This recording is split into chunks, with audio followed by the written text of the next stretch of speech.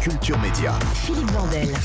Vous êtes toujours dans Culture Média, on est en compagnie de l'écrivain Christophe Tizon. On parle de son livre Le choix de Suzanne et le choix d'Isa Marie Marquez. C'est un portrait pré-femme particulier, le portrait de notre célébrité avant sa célébrité, mais aujourd'hui, c'est là le choix. Un portrait pré-fame tout en musique. Bonjour Lisa Marie. Bonjour Philippe, bonjour Christophe Tizon.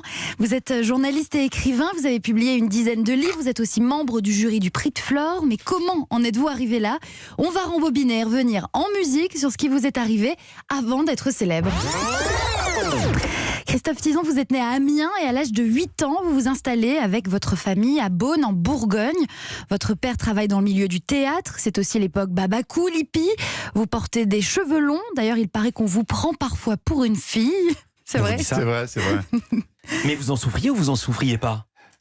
J'en souffrais parce que on me harcelait beaucoup dans la cour de récré, etc. Mais je voulais absolument pas couper mes cheveux. Incompréhensible. Côté musique. Côté musique, vous écoutez Frank Zappa.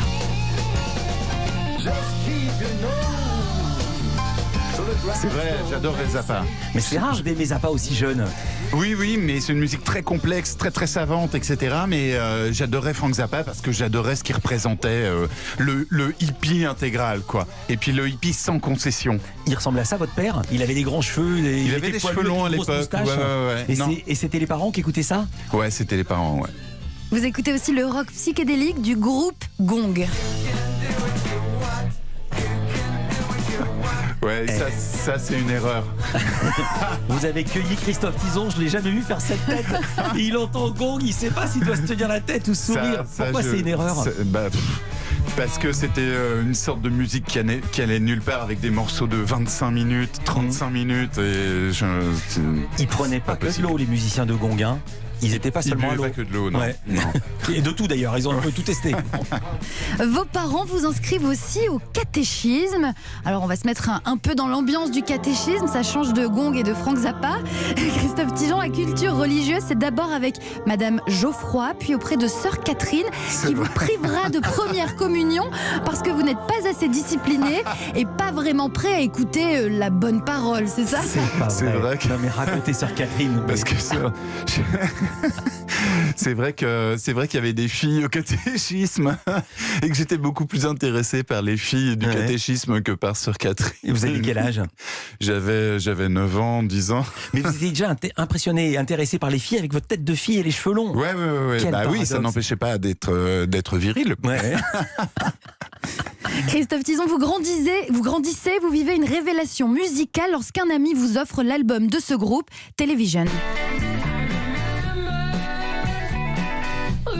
Incroyable.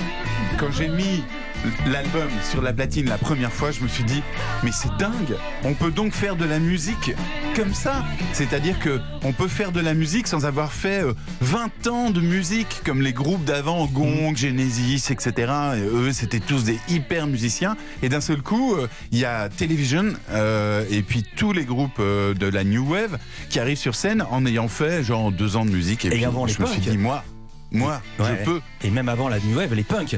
Ouais, qui ne savaient pas jouer, c'était même le critère. Et là, vous coupez vos cheveux? Là, je coupe mes cheveux. Ouais. Mais ça m'attire des ennuis aussi parce que j'avais les cheveux trop courts, coupés n'importe comment, à la punk et les gros imbéciles de l'école ne supportent pas non plus. Vous passez alors beaucoup de temps chez les disquaires à cette époque et vous montez aussi vos propres groupes de musique. D'abord Pigsty, ça veut dire porcherie en anglais, et ensuite Mechanics Model, et vous faites même des concerts. Mais malheureusement, je n'ai pas retrouvé de titre à vous faire écouter, aucune trace, aucun enregistrement. Non, c'est vrai. On était un groupe sans... Vous n'êtes jamais enregistré? Ou alors vous avez enregistré et vous avez tout détruit? Je sais pas. Je crois que... Pardon. Je crois pas que la musique valait la peine en plus d'être enregistrée. Oui, mais c'est pas grave, ça aurait fait un bon témoignage après. Une bonne casserole. Puis place à vos années étudiantes, vous vous installez à Paris et vous découvrez Indochine. C'est vrai. Je découvre pas Indochine parce que je découvre les musiciens d'Indochine avec qui je deviens ami. Racontez. Je deviens très ami avec Dimitri Bodniansky qui était le saxo d'Indochine. Ouais. Et puis je les suis un peu partout, en tournée, je vais les voir, etc. Et puis, en fait, j'adore cette musique. Parce que c'est gay, parce que c'est Et vous êtes toujours ami avec eux? Vous voyez encore Oui, je suis Nicolas toujours ami Sirkis? avec Dimitri. Ouais, je l'ai vu il y a très peu de temps. Ouais. D'accord. Ouais. Du côté de votre carrière professionnelle, vous devenez journaliste pour des magazines de presse écrite et vous travaillez aussi à la télévision, notamment avec une certaine Ophélie Winter. C'est vrai, ouais. Quand j'ai appris ça de Christophe Tizon, ce qu'il faut dire, on se connaît du Prix de Flore, donc c'est un type extrêmement lettré, cultivé, qui te raconte Baudrillard et Albert Camus. Et là, savoir que vous avez travaillé avec Ophélie Winter, vous faisiez quoi avec elle? J'étais son rédacteur en chef. J'étais le rédacteur en chef d'Ophélie Winter sur M6. Et donc, c'était quoi l'émission? Ça s'appelait Music Machine et Ophélie Street. Il y avait 2 émissions. Et je écrivais tous ses textes. C'est-à-dire que... Elle écrivait pas ses textes? Non. D'accord. J'écrivais tous ses textes, etc. Mais c'était une fille super sympa. Ouais. J'ai beaucoup aimé travailler avec elle parce qu'elle était sympa. Mais bon, son entourage était un peu relou. Du côté de vos publications, Christophe Tizon, vous coécrivez d'abord un livre au titre explicite, La drogue expliquée aux parents, puis suivra un essai, L'ère du vite. Mais c'est avec Il m'aimait, publié en 2004, que vous vous faites connaître. Dans ce récit, coup de poing, vous racontez une enfance abusée. Le livre devient un best-seller et votre plume ne s'arrêtera plus d'écrire. La suite, on la connaît et moi, je m'arrête là. Merci beaucoup, Lisa Marie Marquez.